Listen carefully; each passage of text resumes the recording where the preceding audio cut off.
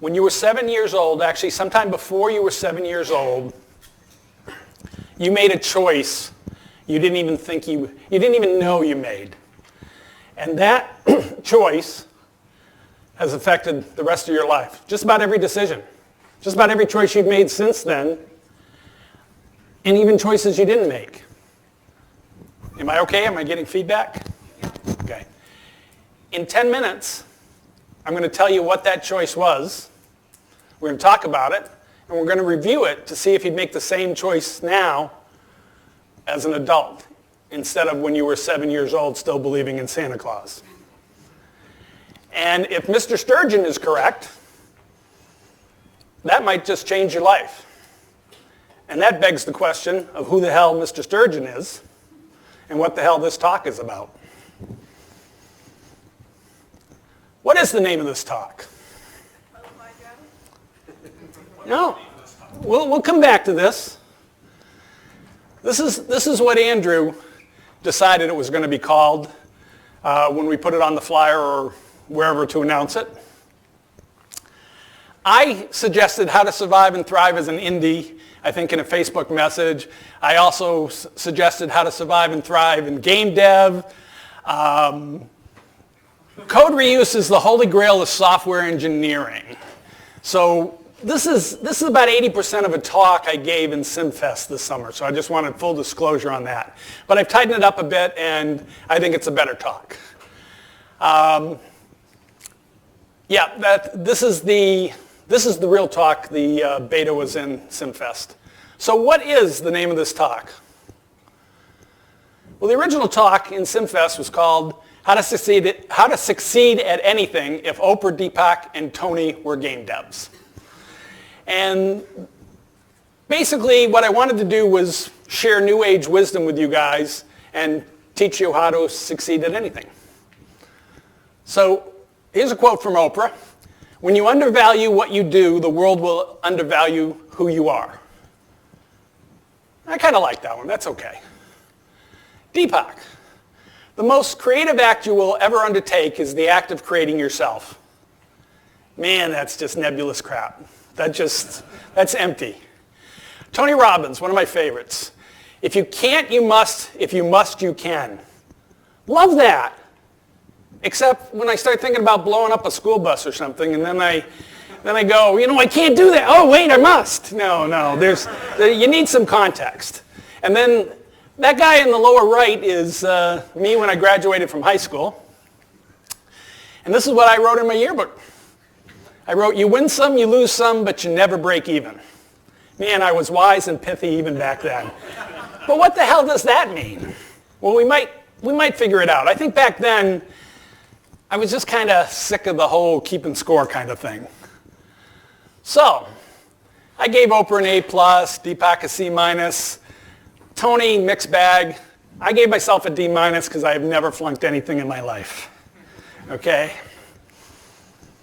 Okay, who am I, and why should you listen to me? I'm the Puzzles by Joe Clutter guy. I am a moderate financial success. And we'll show you this.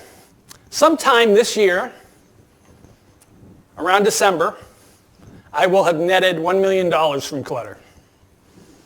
Clutter sales will be at about $3.5 million, but I only get to keep a piece of it. And that's over 9 years, 10 depending on how you count it. So it's okay. It's a little better than I would have done if I worked for somebody else. But it's not great. It's okay. It's a moderate success. But it's okay. And by the way, if I was your age, and there's nothing I could have done, there's some experience I have to make me do better choices, but there's nothing I learned technically that I believe I could have done that at your age with the idea of Clutter. This is from my last game. I like to scare my customers. I want a level to look really, really hard and then be easier. And they have a love-hate relationship with the smileys, so they're paying for it. That's in this game. This is the smiley split in half, and actually they've already got feedback on this from my beta people, and they actually do love this one. So I try to, again, scare them, but this has no timer even. It's so nice. If you see the vampire guy in the bottom who looks a little like Andrew, the smiley there, he tells them whenever anything's a nasty-looking one, but probably fun one, so to not scare them too much. Okay, and that's a screenshot. I didn't use any words in my last game. That's by my artist, Sarah Sultan, who did all the collages in my game. I told the whole story with just collages. There was not even help text. Some of my customers long-term hated that, but most of them, the game actually did really, really well, better than my prior 2 games. And that was with no story and no text. So that's about it for clutter. Now let's talk about just doing it in general. So, and why you should listen to me. So we're back to that. I have achieved being my own boss. And that's a big achievement. Because people ask me, they say, working for yourself, do you still have good and bad days? And I tell them, I swear, I still have good and bad days. I have some horrible days working for myself. But my worst day working for myself is still slightly better than any day I've worked for anybody else. I'll tell you that. That's a true statement. Okay, I do what I love. I don't sugarcoat stuff, for those who know me. And I might have some unique insights. Now let's go on to why you shouldn't listen to me. There's a book from the 70s called If You Meet the Buddha on the Road, Kill Him. And it means if anybody's offering you advice, maybe you ought to think twice about listening to it. Maybe he's got some con going, something you shouldn't listen to, right? You know best what's for you.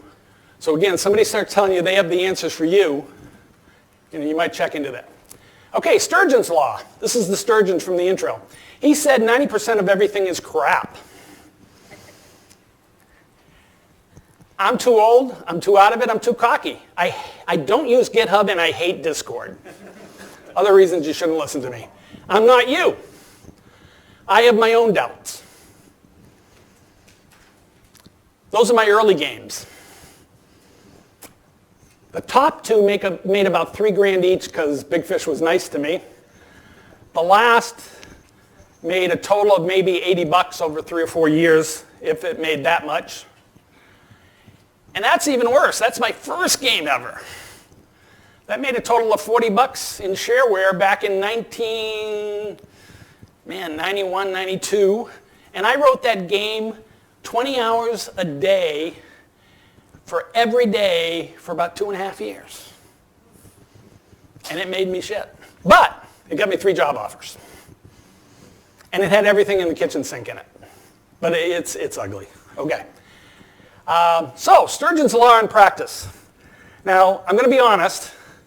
I cried when I told this story in SimFest. I couldn't believe it. I teared up. But it made the point, and I didn't tear up on purpose. I hate this movie. This is Hardball with Keanu Reeves. But it has a gem in it. It has the 10% that's not crap. The 90% that crap is they have this little league team of 7 and 8, minor league team of 7 and 8-year-old kids, and one of them gets killed in a random drive-by. He's not even connected to. Okay? And when I told that, I really started tearing up because, again, I hate the movie, but I couldn't believe that. Because this movie is aimed at probably 11 and 12, who's it aimed for? It wasn't for adults, but it wasn't really for kids either. So I loathed the movie. But it had this one line by Keanu when they show up for practice the day. And I feel the tear in my, I'm not going to, but I feel it in my throat. Because he says when they show up the next day to practice after their best friend, gets killed, he says to him, the most important thing in life is showing up. I am blown away by your ability to show up. And that one line touched me deeply. I said, I swear to God, I cried, and you can see it online. They recorded it. It's just horrible. Okay, so Casavant's corollary to Sturgeon's law. If 90% of everything is crap, then 10% of it isn't crap. And it's an awfully big world out there. And that idea itself is 100% Sturgeon fresh. That's the 10%. That's one of the 10% things in my talk. That's my opinion, maybe not your opinion, but that's That's what I'm hitting for. I'm hitting for hopefully hitting those 10% a few times so it's even higher than 10%. But the point is, really, there's crap everywhere. There's crap on Netflix, there's crap in the movies, there's crap authors, there's crap everywhere, there's crap games. But there's tons of stuff in the world you can find the 10%. There's crap friends. I used to tell my son, it's okay to have dubhead friends, it's not okay to let them influence your decisions. You know? And you can find people and hang out with them. Okay. I was born to do this talk. This is back to why you should listen to me. When I was 7 years old, maybe 8, I decided the tooth fairy was probably bullshit. So I lost a tooth, didn't tell my mom, put it under my pillow for 2 nights, nothing. Third day, I showed her the tooth, said it just came out. She helped me put it under my pillow. 50 cents showed up the next day. Damn! Mom's the tooth fairy. And Santa Claus wasn't too far behind. I used to read the encyclopedia. I loved library trips. I used to love reading as a kid. I was amazed that at an early age I figured out you could learn about the world through reading. I have 3 jock brothers.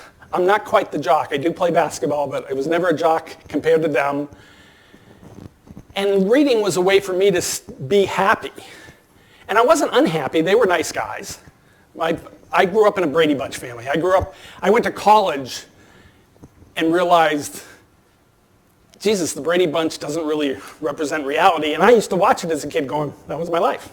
I didn't have to worry about somebody on drugs or getting shot or anything like that. But anyways, I learned at an early age that I could improve my life, in fact, by just thinking about it. And really, reading's never let me down. I was in 7th grade. I heard jokes I couldn't make sense of. Some sexual stuff that I went, I don't know, is that real? Why is it funny? So I went to the bookstore. When people weren't looking, I was reading Masters and Johnson, everything you want to know about sex. I was finding answers. That's what I cared about. Also early on, I decided, when my brothers really pissed me off, sometimes I used to say to them, sometimes I used to just think it. Sometimes I said it out loud, but usually I just thought it. And it was this: you can swim in my pool someday. Okay? Really arrogant, but I'm 12 years old going, sports is going to end at high school for you guys. What are you going to do then? And I already knew I was, preparing for my future. And I'm not saying that makes me any, smarter than anybody, but that's something I figured out at an early age. I've read a lot of books. I read science fiction, self-help books, etc. I've been searching for truth my whole life. And I'm hoping what you get out of this talk, besides the general way of how to improve your life, is some nuggets of wisdom. And again, my own doubts. So what is this talk really? This is going to be my best talk ever. This is going to be my best talk until my next one. This is going to be my best talk in my mind. It's going to be my TED Talk. Woo! It's going to be a commencement address. It's going to be my motivational speaker talk. All of the above. Super talk, the talk to end all talks. I realize it's arrogant for me to even think about doing this talk. But at the same point, it's ridiculous not to do it. I do have some experience, I have some wisdom, but you can pick and choose. And remember the Buddha. Pick and choose everything I say. Nothing I say should be taken in without going, working it through your own life. And who has value if not yourself? Okay, can you please stop beating around the bush and tell us exactly what this talk is really about and then get on with it? Yes, I will. This is the real and long title for Joe's 10-step program. How to succeed at anything, especially game development, by applying principles from Joe's personal knowledge of pop psychology, self-help books, and learning this. And new age motivational speakers like Oprah, Deepak, and Tony Robbins with 10% Sturgeon-free content and 10 bogus nuggets of wisdom for free. Okay, so let's get to it. So this is the choice you made. Does anybody want to tell me what that choice is? What's that choice? Yeah, And it got a laugh in SimFest too, it did. It's whether that glass of water is half empty or half full. Before you're 7 years old, you actually looked around the world and decided to become an optimist or a pessimist. But there's more than those two choices. That's what I want you to realize right now. Besides half full and half empty, optimism and pessimism, is it a choice or something you just feel? Is there a third choice? Can you make a choice to not just feel? Between action and reaction, there is a pause. Some people just react. Somebody cuts them off while driving, they get pissed off, beep the horn. Don't even think. Boom, reaction. It's like a reflex. But there's a pause you can take. And in the pause, they say, this comes from another program, another self-help program from a few years ago, but in the pause lies the possibilities. You can change your mind. You can think through options. You can pick and choose.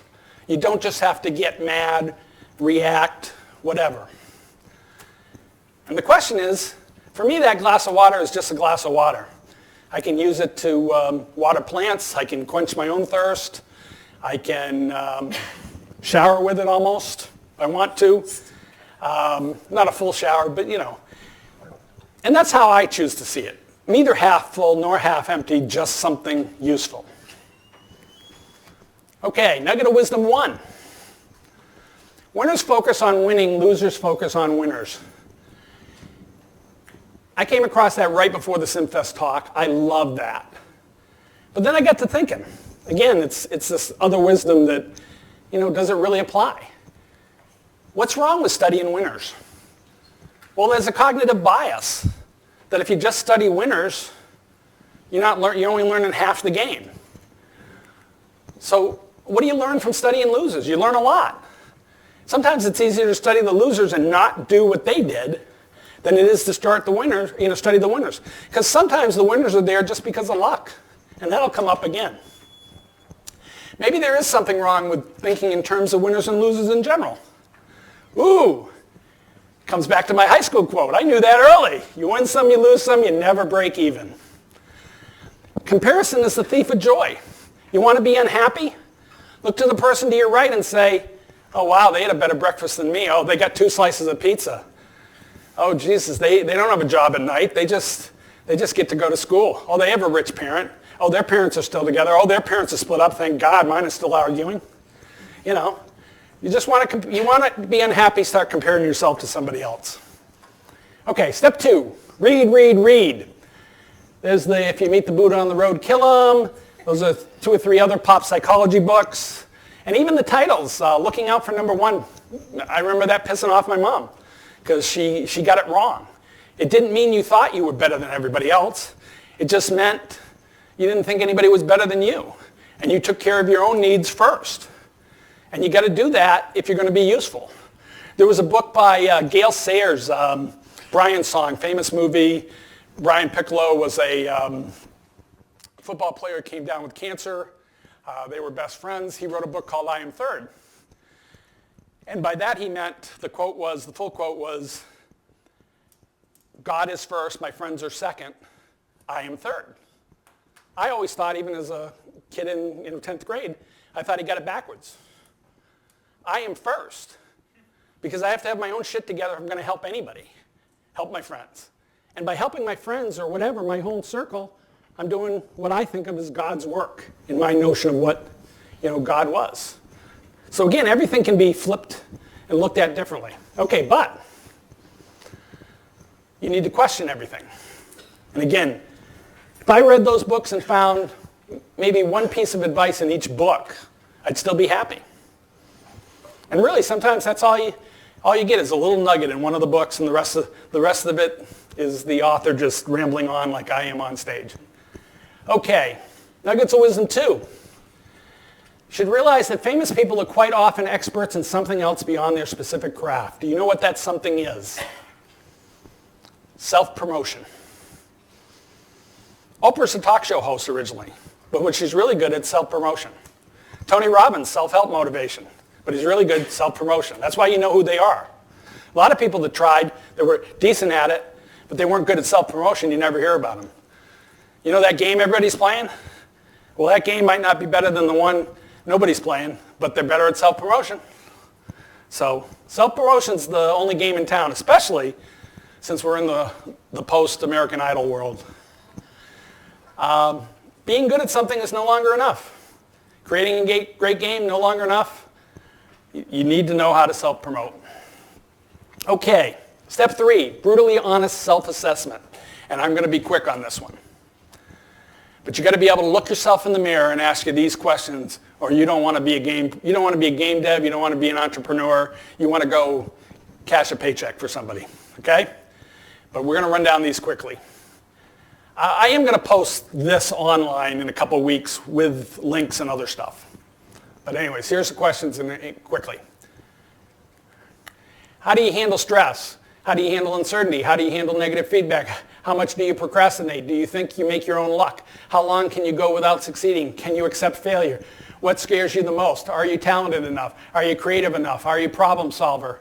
What are you risking by doing it? What are you risking by not doing it? Can you see yourself actually succeeding? If you can't look yourself in the mirror and answer these questions honestly, find something else to do. Go flip burgers. Go work corporate IT. Cash a paycheck. Okay, now go to wisdom 3. There was a great talk at GDC a couple years ago where a guy came out and he listed 14 pieces of wisdom. And as you listen to him, good advice for game devs. And as you listen to him, you realized, point 1 just seemed to contradict point 5. And and 7. And by the end, he ended it with this thing that, what if you went to a conference and all you heard was conflicting advice, what would you do? And he had a great ending was if you're all conflicted and so forth, all you can do is go out and make great games. It was a great talk. A couple of these come from him, but I want to explain how advice sounds great, but it can be exactly 180 degrees opposite from each other. Trust your gut. Never trust your first idea. Look for ideas everywhere. Stop trying to find your game. Perfect is the enemy of the good. This is the one I believe in. I really do. In fact, it's a repeat slide from a couple years ago from another talk. It's not about being perfect. It's about effort in the right direction. When you bring that effort every single day, that's when transformation happens. That's how real change occurs. And that idea is, in fact, 100% Sturgeon fresh. Okay, so what's the flip side of the perfection is the enemy of the good? Good enough is the dream killer. It really is. It's always a judgment call. Clutter's not perfect. It's getting there. But, the 9th version's going out the door within 2 weeks. And it's been good enough. And I'm still heading towards perfection. So I haven't given up. But my superpower is getting shit done and getting it out the door. Your superpower may be something different. And, perfection's good for some things. So it's always a judgment call. Oh, I don't want to see that. Oh, good. Let's go back. Okay. So the last 2 contradictory things you're going to hear over and over again. Don't know if you're quick enough to read it. But it's 2 things that are totally opposite. And neither of them are worth listening to. And it's about your game. Your game's awesome. And your game sucks. And that's what you're going to hear from everybody. In fact, if you don't hear those 2 things, then your game really sucks. Because if you hear from everybody, it's a pretty good game. Hey, it's a good game. I like it. It's a good game. Your game sucks. Okay? I love that my first game got called Looks Like a Student Project. Loved it. I wanted to do a love me, hate me game. And my clutter game is not for everybody, but the people that love it, and the people that don't like it still don't understand. There's a guy, when Clutter 2 went out, there was a guy wrote a Big Fish review. He was pissed off at Big Fish for allowing my game on the site. Now your game sucks. It's so bad that this one person thinks nobody should ever play it. Nobody. That's amazing to me. Okay. So finally you got to stop reading and you got to start thinking about things. This is an old expression I just like. But you don't. You don't want to ever just sit and thinks. Okay? You want to do your thinking elsewhere. Driving, shower, drifting off, I work my pads. Let's go back. You don't want to, just sitting thinking is really pointless. You do get enough time, again, in the shower, driving, walking someplace. You got enough time to daydream then. You don't need to allocate special time to do that. What you should, if you're just sitting around daydreaming, write some code. Draw something, learn a new tool. We'll get to that in a second too. Okay, this is worth you showing up tonight and having the one slice of pizza. Okay? These are two awesome books. I will post this. And they are flip sides of different things. The first one, Jesse Schell tells you in The Art of Game Design, a true masterpiece, he'll tell you all the 120 lenses you should look at your game and think about your game doing. Sorry. He'll tell you how to create the great game and all the things you'd think of. Don's book is what you do once you have the game done. How you get it out there, how you get it seen, what should you do today as an indie, etc. They're both great, and seriously, this is the best slide as far as I'm concerned. Maybe tied for number one. There's one other one coming up. But yes, of course, it's Sturgeon Fresh. Okay, so Maslow's needs hierarchy. How many people know what this is? Good.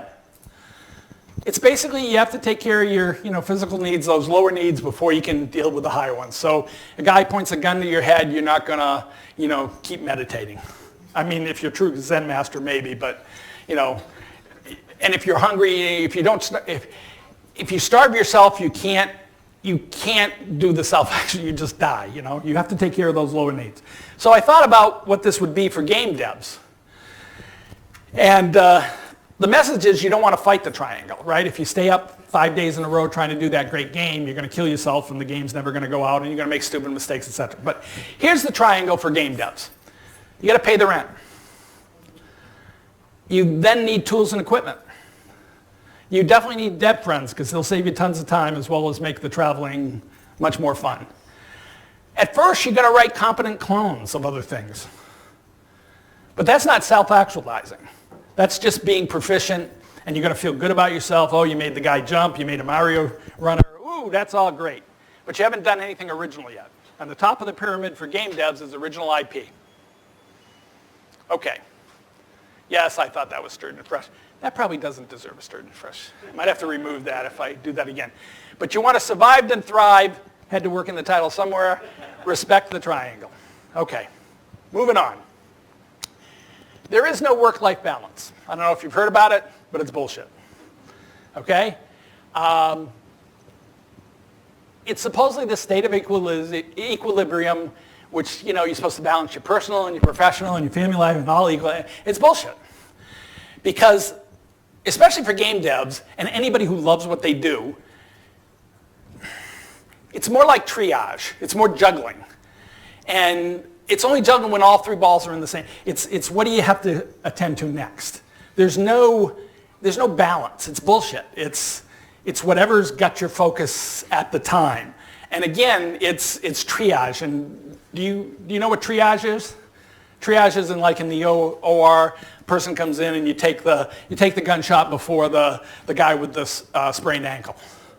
That's what triage is. And true game dev and life balance is really just triage.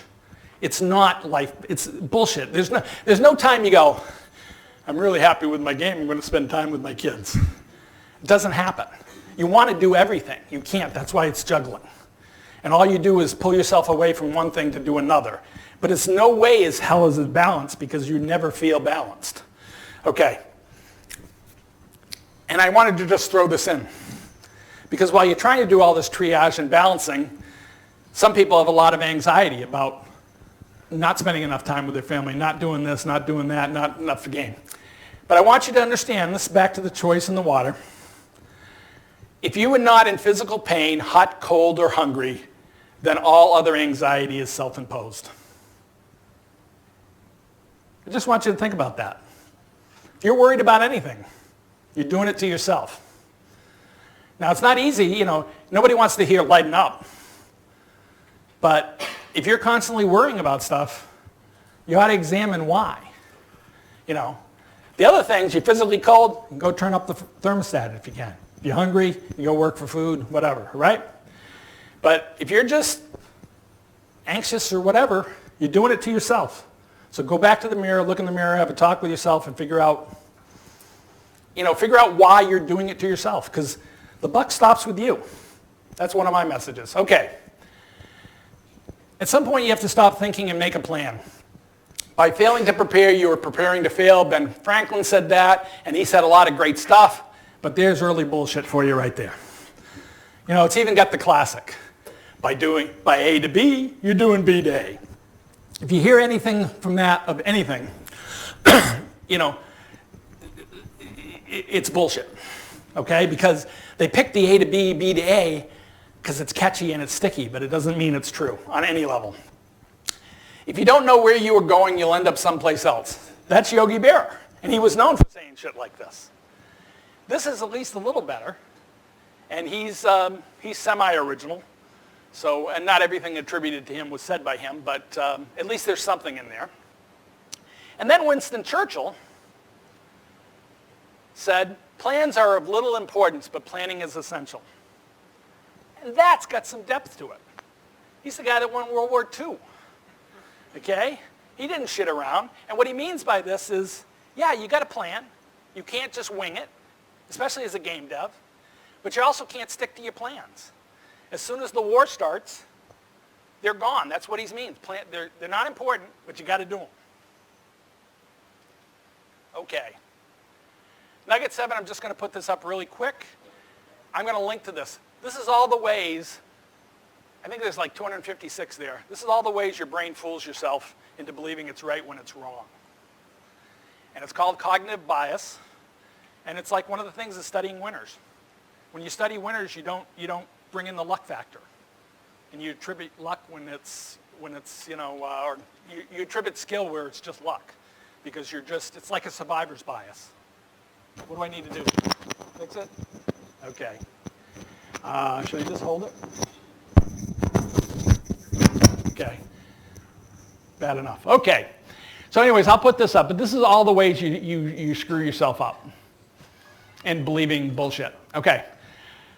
When you're lost in the jungle, it's not the elephant that kills you, it's the 1,000 mosquitoes. And that's a repeat slide too.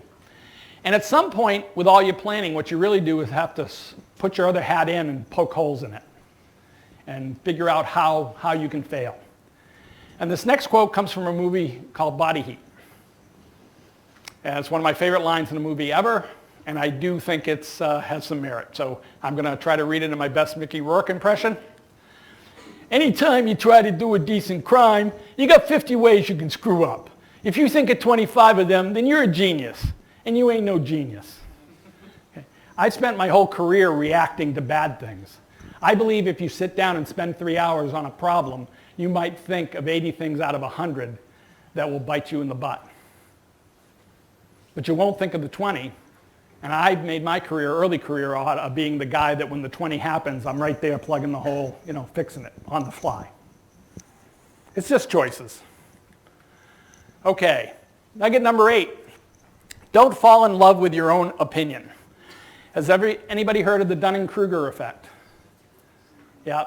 This is, in a nutshell, it's stupid people don't know they're stupid because they lack the same quality to judge their intelligence as intelligent. They're not intelligent enough to judge their own intelligence, basically. But it could be anything.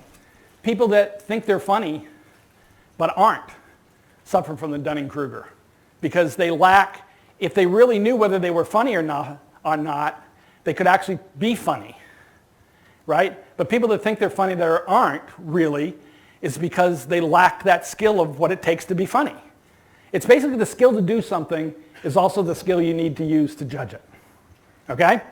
And Mount Stupid is there's people with a little knowledge that think they're awesome. You don't want to be there. So part of this is learning the difference between luck and skill. If you get lucky early in life, you could be on top of Mount Kruger.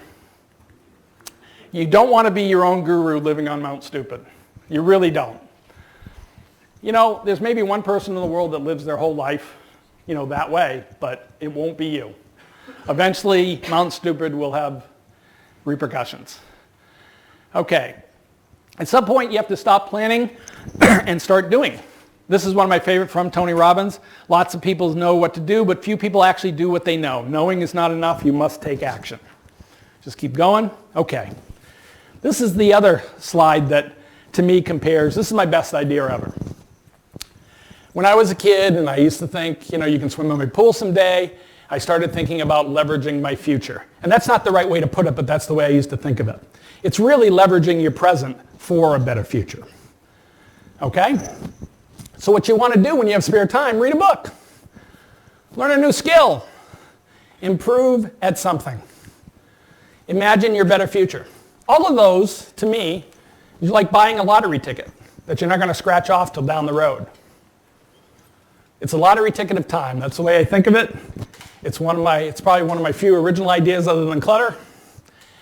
And it's worked for me. And I think it's Sturgeon Fresh because of this. Here's it in a nutshell. Everything you do is in preparation for a future path that you can't predict. That's everything. There's only one person. In SimFest, I named one and somebody shouted out another one, but the only one person I know that from a kid on knew what he was going to be as an adult to a degree was Steven Spielberg. He's 11 and 12 years old sneaking onto 20th Century Fox lot and opening up an office. And by the time he's 18, he's directing Columbo episodes. Okay? He knew. Now, he didn't know he was going to be Academy Award. He didn't know the full path, but he knew. Everybody else doesn't know. There's no way what you thought you were going to be, how many people were going to be astronauts or baseball players or whatever. What did you want to be when you were 7? Anyways, you'll never know. Right now, you guys all want to be game devs. I would say in 5 years, at least a third of you will be in IT if you're programmers. If you're artists, you might be working for something else that's not game related. At least a third of you, I think, is a good number. You never know. I graduated from college, took 2 years off, thought I wanted to teach because that's all I had the concept for. And then I fell in love with programming.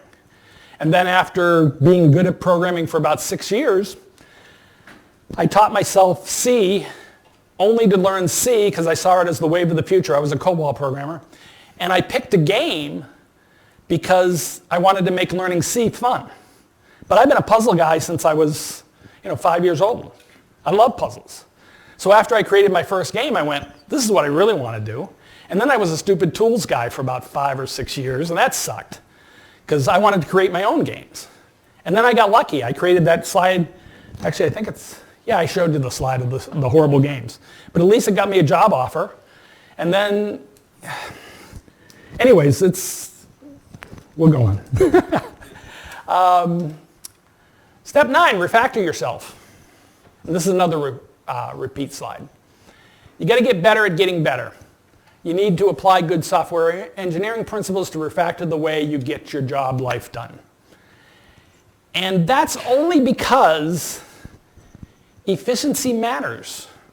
All that matters is how you choose to spend your time. So what I'm trying to sell, in a sense, is spend your time now better so that your future's better. Do something useful. Netflix and chill is fine, but even watching TV my whole life, I'm a TV addict. But I was always doing homework. I was reading with the TV on. There's very few shows that made me stop and pay attention. But nowadays, if you're not refactoring your life, the guy next to you is. And they're going to get the job instead of you, or they're going to be ahead of the curve, etc. And I'm not saying it's a rat race or anything like that, but it's amazing. When I do something 3 times that I've talked myself into doing it because it's manual and not automating it yet, the 3rd time I do it, something kicks in my brain and says, take care of this problem. I'm sick of this 20 seconds that I'm spending that I know I'm going to spend again, where if I spend 2 minutes, it'll be done. And then the next time it'll be a button push, a button push, a button push, I'll stop thinking about it. Okay, nugget 10 is your habits. The difference between an amateur and professional is in their habits. And this is sort of the refactor yourself. And amateur has amateur habits. They do it whenever they want. Professional habits. There's a great book called The Artist's Way that basically says you want to be an artist, do it every day. You want to be a writer? Write every day. You want to be a programmer? Program every day. Okay? You can't do that? Find something else to do. Because somebody else is doing that every day, and they're going to get better. You've heard about the 10,000 hours of mastery, etc. Okay? You got to put your time in. And again, the habits will work themselves out. We can never free ourselves from habit, but we can replace bad habits with good ones. I like that. My first game, I put this in. My first game, just to have a story, was half a self-help book on decluttering your life. And the other half was a story about the guy who ran the seminar. But I put this in the middle, and this was semi-original. This I've heard in different formats over the years afterwards, but when I put it in, it was more like my father and a couple things I learned in college. But I put it with the bed test. And I've heard it with other things too. But for the bed test is this. I had the main character say this. Commit to making your bed every day. This is in the middle of my clutter game. Some people hated this. They turned off the story. Some people loved it. I got a 4-page email from this alone put in my game that said this changed her life. Commit to making your bed every day. I kid you not, if you do this one action every day for a month, it can completely transform your life. Go ahead, try it, prove me wrong. But to prove me wrong, you will actually have to do this every day for a month. You might be surprised at the result. That was my main character said that to them. And what I like about it is true. You can say it's bullshit, but you can't say it's bullshit without doing it. And if you do it, you'll find out it's not bullshit. Because if you actually do this, and I went further, after you make your bed, you should just stand back and for 20 seconds just appreciate what you accomplished. I got this letter from this lady. At the time, I found out later she was older. And at the time, I thought she was like 19 or 20.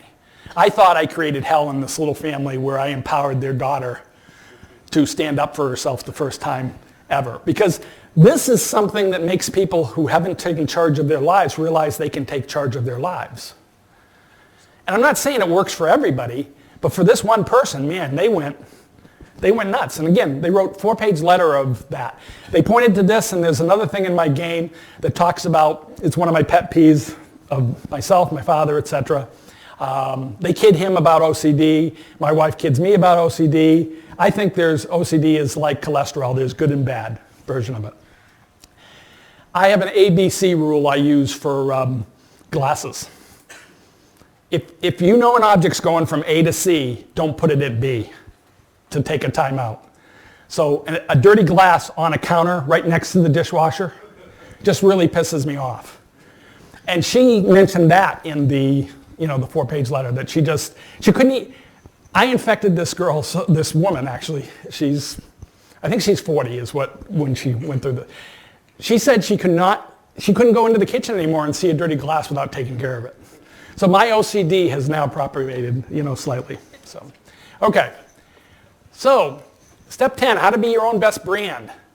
Because it's all self-promotion, but you have to have something to promote.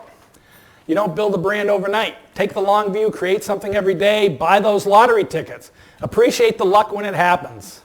But the hard work and skill are more important. Follow the path to find out who you are. Bonus nugget, you are not your art. Although it's all self-promotion, you are not your art. You are not your brand. You are the person that chooses every day how you perceive that glass of water of life. Recap of the 10 steps real quick because we're running out of time. Choose to choose, read, self-honesty, think, priorities, plan, mitigate downside, take action, refactor yourself, market yourself. Over to the right is the real steps, right? Read, think, plan, take action, market yourself. Okay? The rest is qualities you sort of need inside to do things. Okay. It starts with belief. This is another repeat. We are self-fulfilling prophecy machines. For good or bad, we do exactly what we believe we can do. Without belief, there can be no action. Without belief, we are just talkers, not doers. Okay, pop quiz answer. What was the name of this talk? So, how many mistakes do you see up there? There's several. Why is there an extra T in what? Why is there a period instead of a question mark? You're giving us the Why is answer there instead of just pop quiz? Yes, I am going to give you the answer. You missed one. What is the name? Because it's still current. You're not in past tense yet. You missed a mistake, Joe. No. No. Anyway, so let me impart my final piece of wisdom. What, W-H-A-T-T, was the name of this talk? Work harder all the time. What? W-H-A-T-T, i.e. buy those lottery tickets of time. So here's my question. If a guru told you that, what would you think? Damn straight, because that was total BS. That was bullshit. That was the first ending. That was the first ending because this guy changed the name of the talk. And I came up with what, and I said, that's really good, but I don't believe in what? I don't believe in work harder all the time. Horrible. This is something I read. 1980, before all you guys were born. I love this thing, and I carry it with it all my life, and I added just a little thing tonight to this. Work smarter, not harder, and be careful of your spelling and grammar. Okay? I remember this because it always pissed me off when people that crossed their T's and dot their I's but weren't talented got ahead at work. It really pissed me off. But getting along with other people is a skill. You can't be a prima donna. You can't be the smartest guy in every room you're in or you're in trouble. And you don't want to be. You want to be the stupid guy in the room, actually. You want to surround yourself with smart guys. Okay, so here's my real final piece of wisdom. This is my elevator advice version of the talk. Also something from 1980 that I've carried with me. It's called the VIP method. Do you know what VIP stands for? Correct. This is how you become a very important person. And in a nutshell, this is my entire talk. Vision, initiative, perspective. You need the vision, you need a dream, you need something you want to do, something to believe in. Then you need to take action. And then if you don't have perspective, you're just going to flail.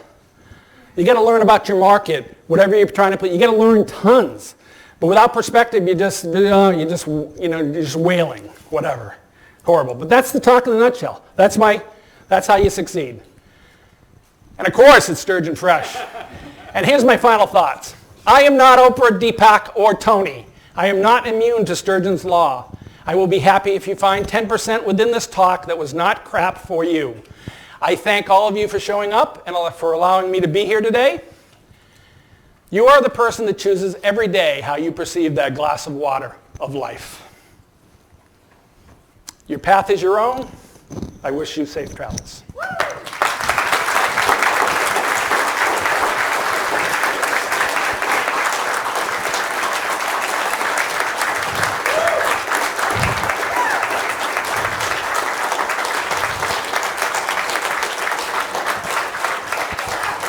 We are going to open this up for questions, and then we will serve the clutter cake because another round of applause. Clutter 9 is now in beta. Correct.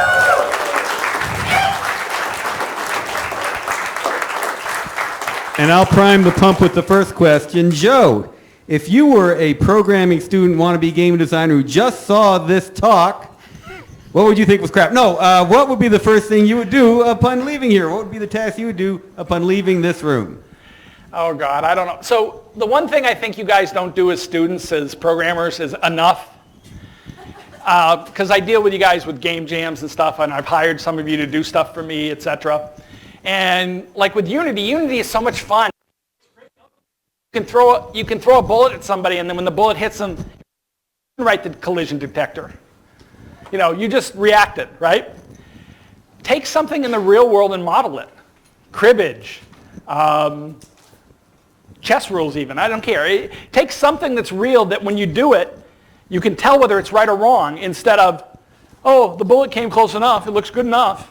You know, do something that needs something.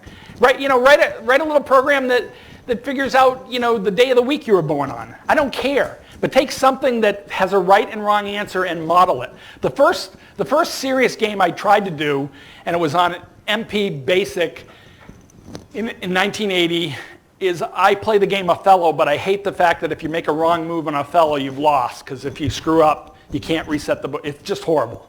So I wrote a program that just let kept track of one player moved, the other player moved, and at least it flipped the things right for you. But it was so boring, it took me just 2 weekends, but it was excruciatingly painful. And now programming's fun. But do something interesting. Do a board game. In January, I'm probably going to offer a prize. We'll announce it here. I'm going to offer a prize for somebody who can write a Puzzle by Joe minigame, which means it has to be random, it has to have variations, etc. And I'll map this out, but anybody who wants to do it, they can submit it, and then I will, if there's a certain level of goodness, I will award some sort of prize for that. Because I don't see it. I see, I'd even be happy with a Mario that it has randomness in it. That's not just this procedural runner. Okay, next question. So I would go home and write something like that, is my point. I would probably try to write Sudoku tonight.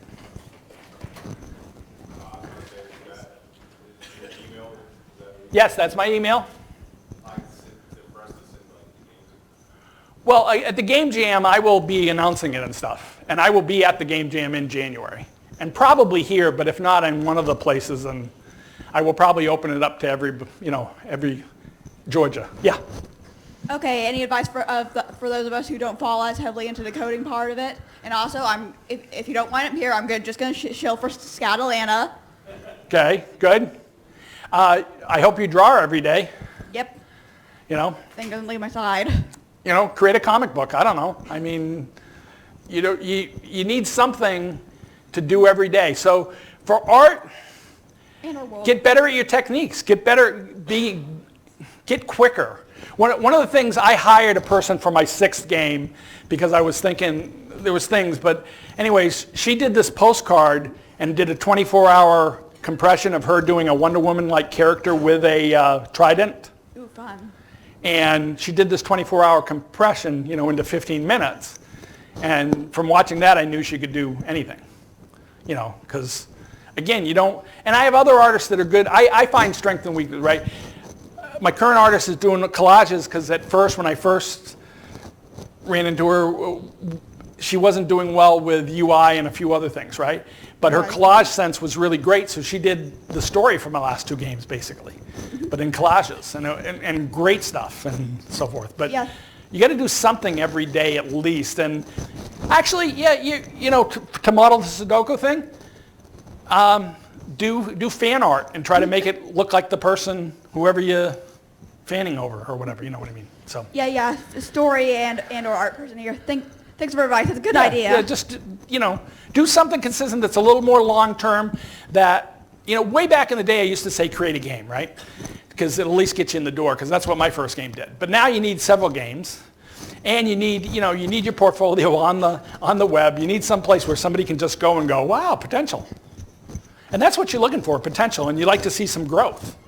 And then, like I said, these videos, the compression video was just blew me away. And I think everybody, should have that on the art side. On the programming side, I want to talk to them, and I give them a little task that either they do it or they don't, and then I go from there. So, and I've really only had one programmer out of those 7 or 8 that was worth anything. He's even here, and we won't embarrass him by making him stand up, but he's the reason I finally got over my Unity hump. So, I still swear at him every day and love him and hate him at the same time when I come over stuff in his code. So, sorry. Another question? So in a market like this, or in any market, if you don't like the market, do you still develop games for the market, or just leave the market and wait till it's a good market or something that you want to develop in?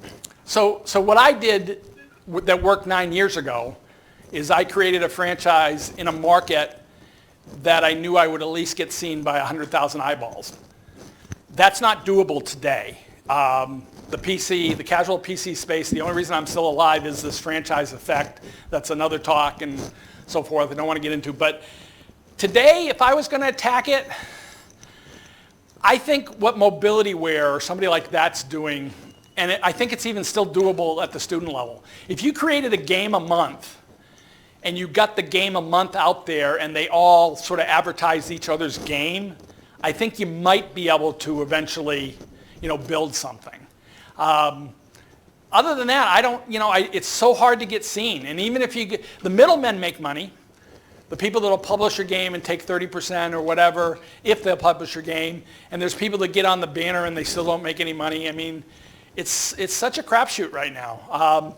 But I think new markets are emerging, and there's a thing, some companies are becoming aggregators again. You're going to eventually get to a point where you don't have to go to the App Store to buy that new game. You'll be able to go to something that has their curated best apps. You might even have to pay, I think, $5 a month to use any of their apps.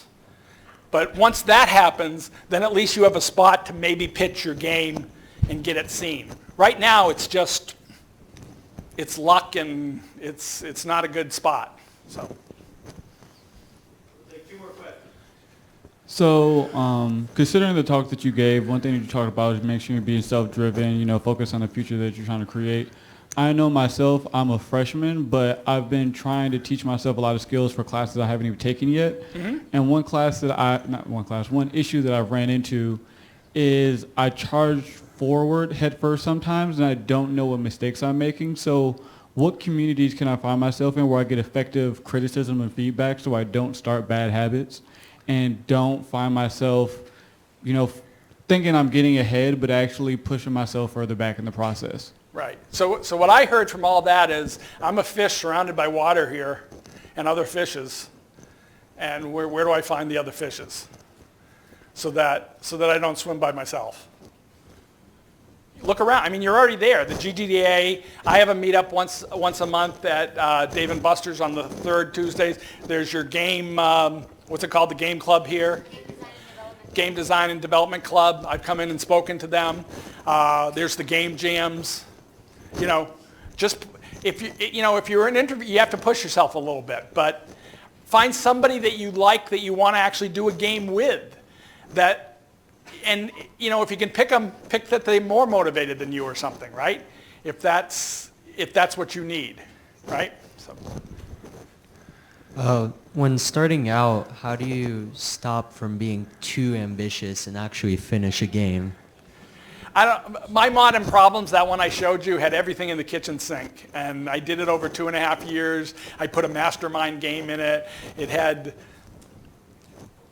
variations on variations on. You definitely have to cut the scope back, right? But variations, my trick, I put something in the game 2 weeks ago, 2 days before beta. I thought of an idea, but then I immediately went, oh, that's only 2 minutes to try out. That's a flag. Put it in, right? That's okay. But if you're doing, a massive multiplayer, cut that out. Get something to work first, right? Remember the Maslow's triangle there? Before you can go do your original IP that's awesome, that's going to, be the next Minesweeper, you need to prove you can clone something quick. You need to get better at your skills. And by the way, that's your answer. It's like weight training, which I don't do obviously, but you can't go for the 500 pounds until you build up for it. But if you build up for it, the 500 pounds is easy. So pick smaller things, and again, one last thing I want to say, clutter is my day job. I want to just create mini games. I'm not sick of clutter. I love it. I love what I love what it's done to my life, etc. But clutter is my day job. And I'm 62, I'm hoping I'm going to flip the switch in about 2 years and care less about the next clutter and more about the Joe Weirdness games. For you, for scope, walk before you can run. And prove it. Prove it, then people will at least pay attention. Then if you prove it with something smaller, you'll get other people that want to join you. Whereas if all you ever do is talk about the awesome thing that's down the road that you're never going to finish, and you can't show anybody because you haven't gotten far enough on it yet, to me that's an easy choice. It might be different for you. Again, I'm Buddha. So. All right, so everyone applaud the Buddha.